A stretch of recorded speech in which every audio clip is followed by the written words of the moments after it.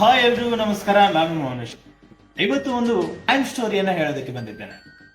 ಈ ಸ್ಟೋರಿ ನಡೆದಿದ್ದು ಗುಜರಾತ್ನ ಖೇದಾ ಜಿಲ್ಲೆಯ ನಡಿಯಾದ್ ಅಂತಕ್ಕಂಥ ಹಳ್ಳಿಯಲ್ಲಿ. ಈ ಹಳ್ಳಿಯಲ್ಲಿ ಒಬ್ಬ ವ್ಯಕ್ತಿ ಕಾನು ಚೌಹಾಣ್ ಅಂತಕ್ಕಂಥ 59ನೇ ವಯಸ್ಸಿನ ವ್ಯಕ್ತಿ ತುಂಬಾ ಒಳ್ಳೆ ಸ್ವಭಾವದವನಾಗಿದ್ದ. ಆದ್ರೆ ದುರಾದೃಷ್ಟವಶಾತ್ ಇವನಿಗೆ ಮಾತು ಬರ್ತಾ ಇರಲ್ಲ, ಕಿವಿನೂ ಕೇಳಿಸ್ತಾ ಇರಲಿಲ್ಲ. ಆದರೂ ಕೂಡ ಈ ಒಂದು ಬಡಾವಣೆಯಲ್ಲಿ, ಆ ಒಂದು ಓಣಿಯಲ್ಲಿ ಅಥವಾ ಊರಲ್ಲಿ ತುಂಬಾ ಒಳ್ಳೆ ಸ್ವಭಾವದ ವ್ಯಕ್ತಿಯಿಂದ ಗುರುತಿಸಿಕೊಂಡಿರ್ತಾರೆ. ಇವನ ವಿಶೇಷತೆ ಏನಂತಂದ್ರೆ, ಇವನು ಏನಾದ್ರೂ ತಿನ್ಬೇಕಾದ್ರೆ ಅಥವಾ ಏನಾದ್ರೂ ಕುಡಿಬೇಕಾದ್ರೆ ಇವನ ಜೊತೆಯಲ್ಲಿ ಇರುವಂತ ವ್ಯಕ್ತಿಗಳಿಗೆ ಆಫರ್ ಅವಶ್ಯಕತೆಯಾಗಿ ಮಾಡ್ತಾ ಇದ್ದ. ಹೀಗಾಗಿ ತುಂಬಾ ಒಳ್ಳೆಯ ವ್ಯಕ್ತಿ ಅಂತಕ್ಕಂತಹ ಒಂದು ಸ್ವಭಾವ ಇವನ ಮೇಲೆ ಇದೆ. ಒಂದ್ ದಿವಸ ಏನಾಗುತ್ತೆ ಅಂತಂದ್ರೆ 9ನೇ ಫೆಬ್ರವರಿ 2025 ಸಾಯಂಕಾಲದ ಸುಮಾರು ಹೊತ್ತಿಗೆ ಏನಾಗುತ್ತೆ, ಇವನೊಂದು ಸೋಡಾ ಶಾಪ್ ಅಲ್ಲಿ ಕುಂತು ಸೋಡಾ ಕುಡಿಬೇಕಾದ್ರೆ ಇಬ್ರು ವ್ಯಕ್ತಿಗಳು ಇವನ ಹತ್ರ ಬರ್ತಾರೆ. ರವೀಂದ್ರ ರಾಠೋಡ್ ಮತ್ತೆ ಕುಶ್ವಾ ಅಂತಕ್ಕಂಥ ಇಬ್ರು ವ್ಯಕ್ತಿಗಳು ಬರ್ತಾರೆ. ಆಗ ಇವನು ಕುಡಿರ್ತಿರ್ತಕ್ಕಂಥ ಒಂದು ಸೋಡಾ ಅವರಿಬ್ರಿಗೂ ಕೂಡ ಆಫರ್ ಮಾಡ್ತಾರೆ. ಆಫರ್ ಮಾಡಿದಾಗ ಆ ಇಬ್ರು ವ್ಯಕ್ತಿಗಳು ಕೂಡ ಈ ಸೋಡಾವನ್ನ ಕುಡಿತಾರೆ. ಕುಡಿದಾದ ನಂತರ ಈ ಮೂರು ವ್ಯಕ್ತಿಗಳು ಕೂಡ ಅಸ್ವಸ್ಥರಾಗ್ತಾರೆ. ಅಸ್ವಸ್ಥರಾಗಿ ಅಲ್ಲಿ ಲೋಕಲ್ ಆಸ್ಪತ್ರೆಗೆ ಸೇರುತ್ತಾರೆ. ಆಸ್ಪತ್ರೆಗೆ ಹೋದಾಗ ಇವರು ಡೆತ್ ಆದಾಗ ಗೊತ್ತಾಗುತ್ತೆ ಇವರು ಹೃದಯದ ಶ್ವಾಸ ಬಡಿತದ ತೊಂದರೆಯಿಂದ ಡೆತ್ ಆಗಿದೆ ಅಂತಕ್ಕಂಥ ಒಂದು ಹಾಸ್ಪಿಟಲ್ ರಿಪೋರ್ಟ್ ಬರುತ್ತೆ. ಆಗ 3 ಜನ ಎಟ್ ಎ ಟೈಮ್ ಹೇಗೆ ಸಾಯ್ಬೋದು ಅಂತ ಪೊಲೀಸರಿಗೆ ಅನುಮಾನ ಬರುತ್ತೆ. ಆಗ ಪೊಲೀಸರು ಒಂದು FIR ಅನ್ನ ದರ್ಜ್ ಮಾಡ್ತಾರೆ. ಆಗ ಈ ಡೆಡ್ ಬಾಡಿಗಳನ್ನ ಫೊರೆನ್ಸಿಕ್ ಲ್ಯಾಬೊರೇಟರಿಗೆ ಕಳಿಸ್ತಾರೆ. ಫೊರೆನ್ಸಿಕ್ ಲ್ಯಾಬೊರೇಟರಿಯಿಂದ ರಿಪೋರ್ಟ್ ಬರುತ್ತೆ, ಇವರು ಹೃದಯದ ಶ್ವಾಸಕೋಶಗಳ ತೊಂದರೆಯಿಂದ ಸತ್ತಿಲ್ಲ, ಬದಲಾಗಿ ಇವರಿಗೆ ಸೋಡಿಯಂ ನೈಟ್ರೇಟ್ ಅಂತಕ್ಕಂಥ ಒಂದು ಪಾಯ್ಸನ್ ಅಂತಕ್ಕಂಥದನ್ನ ಕೊಡಲಾಗಿದೆ ಅಂತ ಫೊರೆನ್ಸಿಕ್ ಲ್ಯಾಬ್ ಇಂದ ರಿಪೋರ್ಟ್ ಬರುತ್ತೆ. ಹಾಗೆ ಪೊಲೀಸರು ಶಾಕ್ ಆಗ್ತಾರೆ. ಯಾರಾದ್ರೂ ವಿಷಯ ಅವರಿಗೆ ಕೊಟ್ಟಿರ್ಬೋದು ಅಥವಾ ಯಾರಾದ್ರೂ ಯಾಕೆ ಕೊಟ್ಟಿರ್ಬೋದು ಅಂತಕ್ಕಂಥ ಪ್ರಶ್ನೆ ಪೊಲೀಸರಿಗೆ ಕಾಡುತ್ತೆ. ಆಗ ಪೊಲೀಸರು ಆ ಊರಲ್ಲಿ ಅಂದ್ರೆ ನಡಿಯಾದ್ ಅಂತಕ್ಕಂಥ ಊರಲ್ಲಿ ವಿಚಾರಣೆಯನ್ನ ಶುರು ಮಾಡ್ತಾರೆ, ರಿಸರ್ಚ್ ಅನ್ನ ಶುರು ಮಾಡ್ತಾರೆ. ಮತ್ತೆ ಅಲ್ಲಿರ್ತಕ್ಕಂಥ ಒಂದು CCTV ಫುಟೇಜ್ ಗಳನ್ನು ಕೂಡ ಕಲೆಕ್ಟ್ ಮಾಡ್ತಾರೆ. ಆದ್ರೂ ಕೂಡ ಅವ್ರಿಗೆ ಏನೇ ಒಂದು ಕುರುಹುಗಳು ಕೂಡ ಸಿಗೋದಿಲ್ಲ. ದಿನ ಕಳಿತಾ 18 ದಿನ ಆಗುತ್ತೆ. ಇವರು ವಿಚಾರಣೆಯನ್ನ ನಡೆಸ್ತಾನೆ ಇರ್ತಾರೆ. ಆದ್ರೆ ಏನೇ ಮಾಹಿತಿ ಕೂಡ ಅವ್ರಿಗೆ ಬರೋದಿಲ್ಲ. ಒಂದು ದಿವಸ ಏನಾಗುತ್ತೆ, ಅಂಗಡಿ ಮಾಲೀಕನಿಗೂ ಕೂಡ ಕೇಳುತ್ತಾರೆ. ಆದ್ರೆ ಅಂಗಡಿ ಮಾಲೀಕ ನಾನು ಸೋಡಾ ಕೊಟ್ಟಿದ್ದು ಮಾತ್ರ ನನಗೆ ಗೊತ್ತಿಲ್ಲ ಹೇಳಿದಾಗ ಆ ಅಂಗಡಿಯಲ್ಲಿರ್ತಕ್ಕಂಥ ಸೋಡಾ ಬಾಟ್ಲಿಗಳು ಕೂಡ ಪೊಲೀಸರು ಜಪ್ತು ಮಾಡ್ಕೊಂಡಿರ್ತಾರೆ. ಮತ್ತೆ ಆ ಸೋಡಾ ಬಾಟ್ಲಿಗಳು ಕೂಡ ಫೊರೆನ್ಸಿಕ್ ಲ್ಯಾಬೊರೇಟರಿಗೆ ಟೆಸ್ಟ್ಗೋಸ್ಕರ ಕಳಿಸಿರ್ತಾರೆ. ಆದ್ರೆ ಆ ಒಂದು ಸೋಡಾ ಬಾಟ್ಲಿಗಳಲ್ಲಿ ಏನೂ ಇರುವುದಿಲ್ಲ. ಹೀಗಾಗಿ ಅವು ಪರಿಶುದ್ಧವಾಗಿರ್ತಕ್ಕಂಥ ಸೋಡಾ ಬಾಟ್ಲಿಗಳಾಗಿರ್ತವೆ. ಅದಾದ ನಂತರ ವಿಚಾರಣೆ ಮಾಡ್ತಾ ಒಂದು ದಿವಸ ಗೊತ್ತಾಗುತ್ತೆ, ಅಲ್ಲಿ ಆ ಕಾನು ಚೌಹಾಣ್ ಅಂತಕ್ಕಂಥ ವ್ಯಕ್ತಿ ಬರೋದಕ್ಕೂ ಮುಂಚೆ ಹರಿಕೃಷ್ಣ ಮಕ್ವಾನ ಅಂತಕ್ಕಂಥ ವ್ಯಕ್ತಿ ಕೂಡ ಬಂದಿರ್ತಕ್ಕಂಥವ್ರು. ಈ ಹರಿಕೃಷ್ಣ ಮಕ್ವಾನ ಸರ್ಕಾರಿ ಶಾಲೆಯಲ್ಲಿ ಶಿಕ್ಷಕ ವೃತ್ತಿಯನ್ನ ಮಾಡ್ತಾ ಇರ್ತಾನೆ. ಈ ವ್ಯಕ್ತಿ ಅವನು ಬರೋದಕ್ಕೂ ಮುಂಚೆ ಬಂದಿರ್ತಾನೆ. ಹೀಗಾಗಿ ಅವನನ್ನ ಕೂಡ ವಿಚಾರಣೆ ಮಾಡ್ತಾನೆ. ಆಗ ಹರಿಕೃಷ್ಣ ಮಕ್ವಾನ ಹೇಳ್ತಾನೆ, ನನಗ್ ಗೊತ್ತಿಲ್ಲ, ನಾನು ಸೋಡಾ ಕುಡಿತಿದ್ದೆ. ಆಗ ಕಾನುಭೈ ಬಂದ್ರು, ಅವ್ರು ಬಂದು ಸೋಡಾವನ್ನ ತಗೊಂಡು ನಾನು ಅಲ್ಲಿಂದ ಹೊರಟು ಹೋದೆ ಅಂತ ಹರಿಕೃಷ್ಣ ಮಕ್ವಾನ ಪೊಲೀಸರಿಗೆ ತಿಳಿಸ್ತಾನೆ. ಅದಾದ ನಂತರ ರಿಪೋರ್ಟ್ ಅನ್ನ ನೋಡ್ತಾ ಇರ್ತಾರೆ, ರಿಸರ್ಚ್ ಅನ್ನ ಮಾಡ್ತಾ ಇರ್ತಾರೆ, ಏನು ಗೊತ್ತಾಗೋದೇ ಇಲ್ಲ. ಸ್ವಲ್ಪ ದಿವಸಗಳಾದ ನಂತರ ಮತ್ತೆ ಈ ಹರಿಕೃಷ್ಣ ಮಕ್ವಾನ ಮೇಲೆ ಅವರಿಗೆ ಅನುಮಾನ ಬರುತ್ತೆ. ಆಗ ಊರಲ್ಲಿ ಈ ಹರಿಕೃಷ್ಣ ಮಕ್ವಾನನ ಬಗ್ಗೆ ವಿಚಾರಣೆಯನ್ನ ಸ್ಟಾರ್ಟ್ ಮಾಡ್ತಾರೆ. ವಿಚಾರಣೆ ಮಾಡಬೇಕಾದ್ರೆ ಪೊಲೀಸರಿಗೆ ಒಂದು ವಿಷಯ ಕಿವಿಗೆ ಬಿದ್ದಿದ್ದು, ಹರಿಕೃಷ್ಣ ಮಕ್ವಾನ ಶಾಲೆಯಲ್ಲಿ ಏನೋ ಒಂದು ಕೇಸ್ ಆಗಿರುತ್ತೆ. ಆ ಕೇಸ್ಗೆ ಸಂಬಂಧಪಟ್ಟ ಹಾಗೆ ಪದೇ ಅವನು ಕೋರ್ಟ್ಗೆ ಆಗಾಗ ಹೋಗ್ತಾ ಇರ್ತಾನೆ. ಮತ್ತೆ ಇತ್ತೀಚೆಗೆ ಅವನ ತಂದೆ ಕೂಡ ತೀರ್ ಹೋಗಿರ್ತಾರೆ. ಆ ಹರಿಕೃಷ್ಣ ಮಕ್ವಾನ ತನ್ನ ತಂದೆಗೆ ತುಂಬಾ ಇಷ್ಟಪಡ್ತಾ ಇದ್ದ.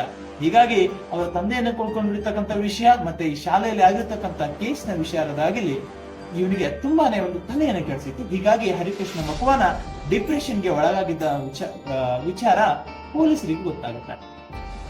ಆಗ ಪೊಲೀಸರು ವಿಚಾರಣೆಗೆ ಅಂತ ಹೇಳಿಬಿಟ್ಟು ಹರಿಕೃಷ್ಣ ಮಕ್ವಾನನ ಪೊಲೀಸರು ಪೊಲೀಸ್ ಸ್ಟೇಷನ್ಗೆ ಬರಕ್ ಹೇಳ್ತಾರೆ. ಆಗ ಪೊಲೀಸ್ ಸ್ಟೇಷನ್ಗೆ ಬಂದಿರತಕ್ಕಂಥ ಹರಿಕೃಷ್ಣ ಮಕ್ವಾನನ ವಿಚಾರಣೆ ಮಾಡಬೇಕಾದ್ರೆ ಆಗ ಹರಿಕೃಷ್ಣ ಮಕ್ವಾನ ಒಂದು ಕಥೆಯನ್ನು ಹೇಳ್ತಾನೆ. ಈ ಕಥೆಗೆ ಕತೆ ಹೀಗೆ ಪ್ರಾರಂಭ ಆಗತ್ತೆ. ಅವನು ಡಿಪ್ರೆಷನ್ ಅಲ್ಲಿ ಇದ್ದ, ತಂದೆಯನ್ನ ಕಳ್ಕೊಂಡಿದ್ದ, ಅವನಿಗೂ ಕೂಡ ಮದುವೆ ಆಗಿತ್ತು, ಹೆಂಡತಿ ಅವನ್ನ ತುಂಬಾ ಇಷ್ಟಪಡ್ತಾ ಇದ್ಲು, ಅವನಿಗೆ 2 ಮಕ್ಕಳು ಕೂಡ ಇದ್ರು. ಆದ್ರೆ ದೊಡ್ಡ ಹುಡುಗ ಕೂಡ PU ಸೆಕೆಂಡ್ ಇಯರ್ ಅಲ್ಲಿ ಕೂಡ ಓದ್ತಾ ಇದ್ದ. ಈ ಕತೆ ನಡೆದಿದ್ದು 9ನೇ ಫೆಬ್ರವರಿ 2025 ಸಾಯಂಕಾಲದ ಹೊತ್ತಲ್ಲಿ. ಆಗ ಹರಿಕೃಷ್ಣ ಮಕ್ವಾನ ಕಾನುಭಾಯಿ ಚೌಹಾಣ್ ಅಂದ್ರೆ 59ನೇ ವಯಸ್ಸಿನ ವ್ಯಕ್ತಿ, ನಿಮಗೆ ಮಾತು ಬರ್ತಾ ಇರಲಿಲ್ಲ, ಟಿವಿ ಕೂಡ ಕೇಳಿಸ್ತಿರ್ಲಿಲ್ಲ. ಈ ವ್ಯಕ್ತಿ ಬರೋದಕ್ಕೂ ಮುಂಚೆ ಆ ವ್ಯಕ್ತಿ ಸೋಡಾ ಶಾಪಲ್ಲಿ ಕುಂತಿದ್ದ. ಯಾರು? ಹರಿಕೃಷ್ಣ ಮಕ್ವಾನ. ಹರಿಕೃಷ್ಣ ಮಕ್ವಾನ ಸೋಡಾ ಶಾಪಲ್ಲಿ ಕುಂತಿದ್ದ. ಆಗ ಕಾನುಭಾಯಿ ಬರ್ತಾನೆ. ಬಂದಾಗ ಅವನಿಗೆ ಆ ಒಂದು ಸೋಡಾವನ್ನ ಆಫರ್ ಮಾಡ್ತಾನೆ. ಈ ಸೋಡಾ ಆಫರ್ ಮಾಡೋದಕ್ಕೂ 8 ದಿವಸ ಮುಂಚೆಯಿಂದ, ಅಂದ್ರೆ 9ನೇ ತಾರೀಕಿಗೆ ಘಟನೆ ನಡೆದಿತ್ತು, ಅದಕ್ಕೂ 8 ದಿವಸದ ಮುಂಚಿನಿಂದ ಈ ಕಾನುಭಾಯಿಗೆ ಹರಿಕೃಷ್ಣ ಮಕ್ವಾನ ಏನಾದ್ರೂ ವಿಷಯದಲ್ಲಿ ಆಫರ್ ಅನ್ನ ಮಾಡ್ತಾನೆ. ಅದು ಊಟದ ವಿಚಾರ ಆಗಿರ್ಬೋದು, ಏನಾದ್ರೂ ಕುಡಿಯೋ ವಿಚಾರ ಆಗಿರ್ಬೋದು, ಏನಾದ್ರೂ ಒಂದು ವಿಚಾರದಲ್ಲಿ. ಹೀಗಾಗಿ ಆಗ ಆ ಕಾನುಭಾಯಿ ಹಿಂದೆ ಮುಂದೆ ನೋಡಿದ್ರೆ ಅವನು ಕೊಟ್ಟಿರ್ತಕ್ಕಂಥ ಸೋಡಾವನ್ನ ತಗೊಳ್ತಾನೆ. ಸೋಡಾವನ್ನ ಕೊಟ್ಟು ಹರಿಕೃಷ್ಣ ಮಕ್ವಾನ ಅಲ್ಲಿಂದ ಹೊರಟು ಹೋಗ್ತಾನೆ. ಹೊರಟು ಹೋದಾಗ ಇನ್ನೂ 2 ವ್ಯಕ್ತಿಗಳು ಕೂಡ ಬರ್ತಾರೆ. ಆ ವ್ಯಕ್ತಿಗಳೇ ರವೀಂದ್ರ ರಾಠೋಡ್ ಮತ್ತು ಖುಷಿಯಾಗ್ತಕ್ಕಂಥವ್ರು. ಇವರು ತುಂಬಾ ಒಂದು ಕುಡಿತದ ಚಟಗಳಿಗೆ ಕೂಡ ಅಡಿಕ್ಟ್ ಆಗಿರ್ತಕ್ಕಂಥವ್ರು. ಅಂದ್ರೆ ಪೊಲೀಸರಿಗೆ ಮತ್ತೊಂದು ಅನುಮಾನ ಕೂಡ ಇರುತ್ತೆ, ಇವ್ರೇನಾದ್ರೂ ಒಂದು ಕೆಟ್ಟ ಸಾರಾಯಿಯನ್ನ ಕುಡಿದಿರ್ಬೋದು ಅಂತ. ಆದ್ರೆ ಫೊರೆನ್ಸಿಕ್ ಲ್ಯಾಬೊರೇಟರಿ ರಿಪೋರ್ಟ್ ಬಂದಾದ ಮೇಲೆ ಇವ್ರಿಗೆ ಕನ್ಫರ್ಮ್ ಆಗುತ್ತೆ, ಈ ಒಂದು ಸೋಡಿಯಂ ನೈಟ್ರೇಟ್ ಅಂತಕ್ಕಂಥ ವಿಷಯದಿಂದನೇ ಇವರು ಡೆತ್ ಆಗಿದೆ ಇವ್ರದ್ದು ಅಂತ. ಆಗ ಈ 2 ವ್ಯಕ್ತಿಗಳು ಬಂದಿರ್ತಾರೆ. ಆಗ ಕಾನು ಚೌಹಾಣ್ ಏನ್ ಮಾಡ್ತಾನೆ, ಈ 2 ವ್ಯಕ್ತಿಗಳಿಗೂ ಕೂಡ ಸೋಡಾವನ್ನ ಆಫರ್ ಮಾಡ್ತಾನೆ. ಆಗ ಈ 2 ವ್ಯಕ್ತಿಗಳು ಕೂಡ ಹಿಂದೆ ಮುಂದೆ ನೋಡಿ ಆ ಸೋಡಾವನ್ನ ಕುಡಿತಾರೆ. ಸೋಡಾವನ್ನ ಕುಡಿದಾದ ನಂತರ ಸ್ವಲ್ಪ ಹೊತ್ತಲ್ಲಿ ಅಸ್ವಸ್ಥರಾಗಿ ಹಾಸ್ಪಿಟಲ್ಗೆ ಬಂದಾಗ ಅವರು ಡೆತ್ ಆಗಿರ್ತಾರೆ. ಎಲ್ಲ ಆದ ನಂತರ ಏನಾಗುತ್ತೆ ಅಂತಂದ್ರೆ, ಈ ಹರಿಕೃಷ್ಣ ಮಕ್ವಾನ ವ್ಯಕ್ತಿ ಏನ್ ಮಾಡ್ತಿರ್ತಾನೆ ಅಂತಂದ್ರೆ, ಇದರ ರಿಪೋರ್ಟ್ ಅನ್ನ ತಗೊಂತಾನೆ ಇರ್ತಾನೆ. ಅಂದ್ರೆ ಯಾವ ರೀತಿ ಡೆತ್ ಆಯ್ತು, ಅಂದ್ರೆ ನ್ಯಾಚುರಲ್ ಡೆತ್ ಕನ್ಸಿಡರ್ ಮಾಡಿದ್ರ ಅಥವಾ ಅನ್ಯಾಚುರಲ್ ಡೆತ್ ಅಂತ ಕನ್ಸಿಡರ್ ಮಾಡಿದ್ರ, ಅಂದ್ರೆ ಲೋಕಲ್ ರಿಪೋರ್ಟರ್ಗಳಾಗಿರ್ಬೋದು, ಒಂದು ರಿಪೋರ್ಟ್ಸ್ ಗಳಾಗಿರ್ಬೋದು, ನ್ಯೂಸ್ ಚಾನೆಲ್ಸ್ ಗಳಾಗಿರ್ಬೋದು, ಅಥವಾ ಒಂದು ನ್ಯಾಷನಲ್ ನ್ಯೂಸ್ ಚಾನೆಲ್ಸ್ ಗಳಾಗಿರ್ಬೋದು, ಎಲ್ಲವನ್ನ ನೋಡ್ತಾನೆ ಇದ್ದ, ಅದ್ರ ಬಗ್ಗೆ ಸರ್ಚ್ ಮಾಡ್ತಾನೆ ಇದ್ದ. ಯಾಕೆ ಈ ವ್ಯಕ್ತಿ ಅವ್ರನ್ನ ವಿಷ ಕೊಟ್ಟ ಅಂತಕ್ಕಂಥ ಕಥೆನ ತುಂಬಾನೇ ರೋಮಾಂಚಕಾರಿಯಾಗಿದೆ. ಯಾಕೆ ಅಂತಂದ್ರೆ, ಇವನ ಮೇಲೆ ಕೇಸ್ ಆಗಿತ್ತು, ಕೋರ್ಟ್ ಕಚೇರಿ ಅಂತ ಓಡಾಡ್ತಾ ಇದ್ದ, ಅವರ ತಂದೆ ಕೂಡ ಕಳ್ಕೊಂಡಿದ್ದ. ಹೀಗಾಗಿ ಡಿಪ್ರೆಷನ್ ಇರೋ ಕಾರಣ ನಾನು ಸತ್ತೋಗ್ಬೇಕು ಅಂತ ಡಿಸೈಡ್ ಮಾಡ್ತಾನೆ. ಸತ್ತೋಗ್ಬೇಕು ಅಂತಂದ್ರೆ ಇವನು ಯಾಕೆ ಇವನ್ನ ಕೊಲೆ ಮಾಡದಂತಕ್ಕಂಥ ಪ್ರಶ್ನೆ ಕೂಡ ಇಲ್ಲಿ ಕಾಡುತ್ತೆ. ಈಗ ಬರುತ್ತೆ ಒಂದು ಅಸಲಿ ಕಥೆ. ಯಾಕಂದ್ರೆ ಇದಕ್ಕೆ ಮುಂಚೆ ಅವನು ಇನ್ಸೂರೆನ್ಸ್ ಪಾಲಿಸಿ ಕೂಡ ಅವನ ಹೆಸರಲ್ಲಿ ಮಾಡ್ಬಿಡ್ತಾನೆ.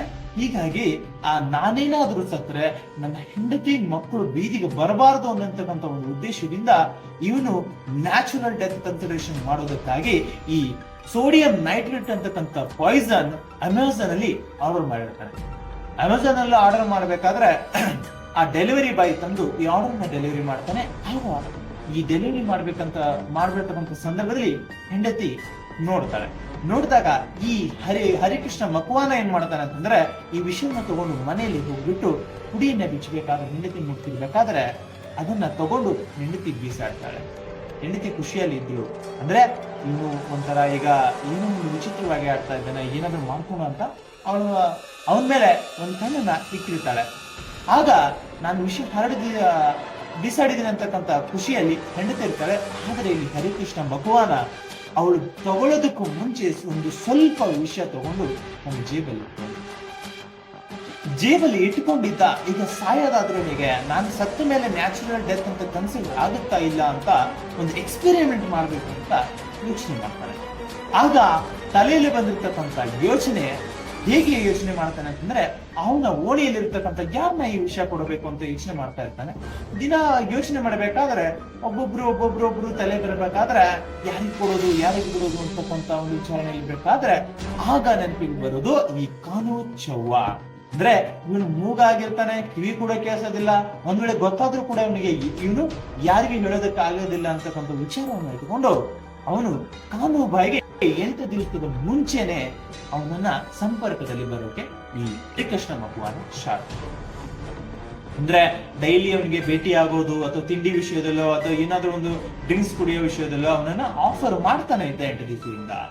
ಹಾಗಾಗಿ 9ನೇ ತಾರೀಕು ಸಾಯಂಕಾಲದ ಹೊತ್ತಿಗೆ ಫೆಬ್ರವರಿ 2025 ಕರೆಕ್ಟ್ ಸಮಯದಲ್ಲಿ ಆ ಅಂಗಡಿಯಲ್ಲಿ ಕೂತು ಅವನು ಬರೋ ಹಾದಿಯನ್ನು ಕಾಯ್ದು ಬಂದಾದ್ಮೇಲೆ ಆ ಸೋಡಾದಲ್ಲಿ ವಿಷ ಬೆರೆಸಿ ಕಾನು ಚೌಹಾಣ್ಗೆ ಈ ಹರಿಕೃಷ್ಣ ಮಕವಾನ ವಿಷವನ್ನು ಬೆರೆಸಿರ್ತಕ್ಕಂಥ ಆ ಸೋಡಾ ಬಾಟ್ಲಿಯನ್ನು ಕೊಟ್ಟು ಅಲ್ಲಿಂದ ಹೊರಟೋದಾಗ ಅದಾದ ನಂತರ ಇಬ್ಬರು ವ್ಯಕ್ತಿಗಳು ಬರ್ತಾರೆ. ರವೀಂದ್ರ ಚೌಹಾಣ್ ಮತ್ತು ಖುಷ್ವಾ ಅಂತಕ್ಕಂಥ ವ್ಯಕ್ತಿಗಳು ಬಂದಾಗ ಈ ವ್ಯಕ್ತಿ ಅವ್ರಿಗೂ ಆಫರ್ ಮಾಡ್ತಾನೆ. ಆಫರ್ ಬಂದಾದ್ಮೇಲೆ ಅವರಿಬ್ರು ಕುಡಿದು ಅಸ್ವಸ್ಥರಾಗಿ ಕೊನೆಗೂ ಅವ್ರ ಹಾಸ್ಪಿಟಲ್ ಸೇರಿದಾಗ ಅವ್ರ ಡೆತ್ ಆಗುತ್ತೆ. ಅದು ನ್ಯಾಚುರಲ್ ಡೆತ್, ಅನ್ಯಾಚುರಲ್ ಡೆತ್ ಅಂತ ಫಾರೆನ್ಸಿಕ್ ಲ್ಯಾಬೊರೇಟರಿಯಿಂದ ಪಾಯ್ಸನ್ ತಗೊಂಡಿರೋದ್ರಿಂದ ಡೆತ್ ಆಗಿದೆ ಅಂತ ಗೊತ್ತಾಗುತ್ತೆ. ಹೀಗಾಗಿ ಒಬ್ಬ ವ್ಯಕ್ತಿ ಯಾವ ಲೆವೆಲ್ಗೆ ಯೋಚನೆ ಮಾಡಬಹುದು ಅಂದ್ರೆ ತನ್ನ ಸಾವಿಗಾಗಿ, ಅಂದ್ರೆ ತಾನು ಡಿಪ್ರೆಷನ್ ಇರೋ ಕಾರಣ ಸಾಯೋದಕ್ಕಾಗಿ 3 ಜನರ ಕೊಲೆ ಆಗುತ್ತೆ ಅಂತಂದ್ರೆ ಯಾವ ರೀತಿಯ ಒಂದು ಘಟನೆ ನಡೆದಿರ್ತಕ್ಕಂಥದ್ದು. ಈ ಕತೆ ನಡೆದಿರ್ತಕ್ಕಂಥದ್ದು ಗುಜರಾತ್ ಅಲ್ಲಿ. ಹೀಗಾಗಿ ಈ ಕ್ರೈಮ್ ಸ್ಟೋರಿ ನಿಮ್ಗೆ ಏನಾದ್ರು ಇಷ್ಟ ಆದ್ರೆ ದಯವಿಟ್ಟು ಒಂದು ಲೈಕ್ ಮಾಡಿ ಮತ್ತೆ ಸಬ್ಸ್ಕ್ರೈಬ್ ಮಾಡಿ. ಮತ್ತೆ ಸಿಗೋಣ ಮುಂದಿನ ಮತ್ತೊಂದು ಕ್ರೈಮ್ ಸ್ಟೋರಿ ಜೊತೆಗೆ. ನಾನು Maheshwar signing off. Thank you so much.